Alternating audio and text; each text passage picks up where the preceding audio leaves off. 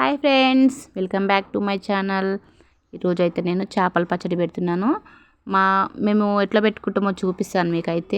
అయితే చేపలు నీట్గా కడిగిన తర్వాత అందులో కొంచెం ఉప్పు పసుపు వేసి కొంచెం సేపు అయితే పక్కన ఉంచుకోవాలి. కొంచెం ఆరబెట్టుకోవాలి.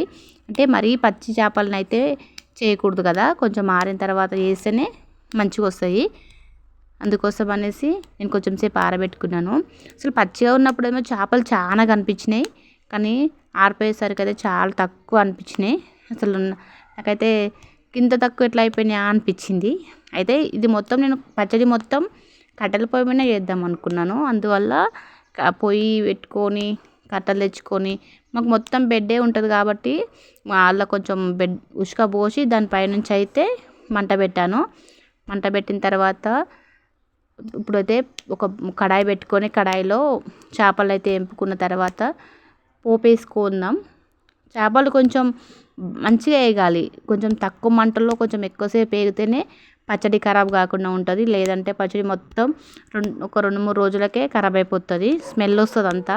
అట్లా రాకుండా ఉండాలంటే చూసుకొని మంచిగా చేసుకోవాలి.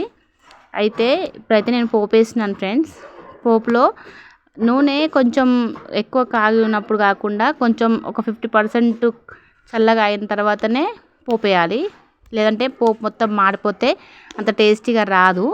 అందుకోసం అనేసి నేను కొంచెం చల్లారాలి కదా అని చెప్పి వేడి చేసిన తర్వాత దాంట్లో అయితే కొంచెం జీలకర్ర కరివేపాకు వేసుకొని పసుపు అల్లం ఎల్లిగడ్డ పేస్ట్ వేయొద్దు, ఓన్లీ ఎల్లిపాయ పేస్ట్ మాత్రమే వేసిన. ఎల్లిపాయ పేస్ట్ మాత్రమే వేసి కలుపుకుంటున్నాను. అది చల్లగా అయ్యేంత వరకు. చల్లగా అయిన తర్వాత చల్లగా లోపు మనమైతే చేపలకు ఏమేమి కావాలో అవి కలుపుకుందాం.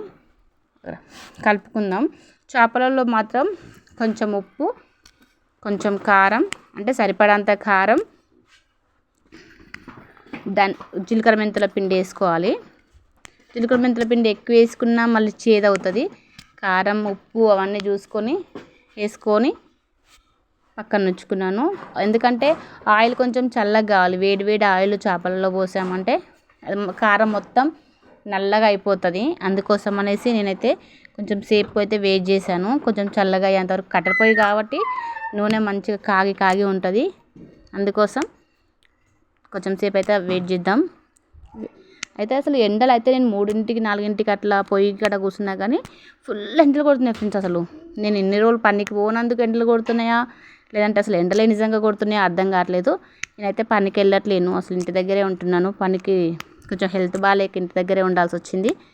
మన చేపల పచ్చడి అయితే ఆల్మోస్ట్ రెడీ అయిపోయింది.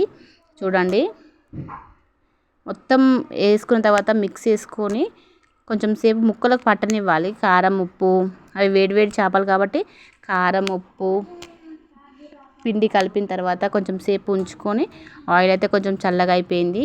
అందులో అయితే కలుపుకుందాం. ఇందులో అయితే లాస్ట్లో నిమ్మరసం కూడా యాడ్ చేయాలి. ఎందుకంటే చేపల ముక్క గట్టిగా ఉంటుంది, తొందరగా ఖరాబ్ కాకుండా ఉంటుంది. తినడానికి కూడా సులువుగా టేస్టీగా బాగుంటుంది. చేపలు మరీ ఎక్కువ ఫ్రై అయినా కానీ తినేటప్పుడు చాలా గట్టిగా అనిపిస్తుంది. అంత గట్టిగా కాకుండా మరీ సాఫ్ట్గా కాకుండా మంచిగా 75% 80% ఉడికితే సరిపోతుంది. అసలు 100% ఉడకాల్సిన అవసరం లేదు చేపల పచ్చడికి. అలా ఉడికిందంటే మొత్తం అసలు తినలేము కూడా దాన్ని. ఓకే ఫ్రెండ్స్, మన వీడియో నచ్చితే లైక్ చేయండి, షేర్ చేయండి, కామెంట్ చేయండి. ప్లీజ్ ఫ్రెండ్స్ సబ్స్క్రైబ్ చేసుకోండి. బాయ్.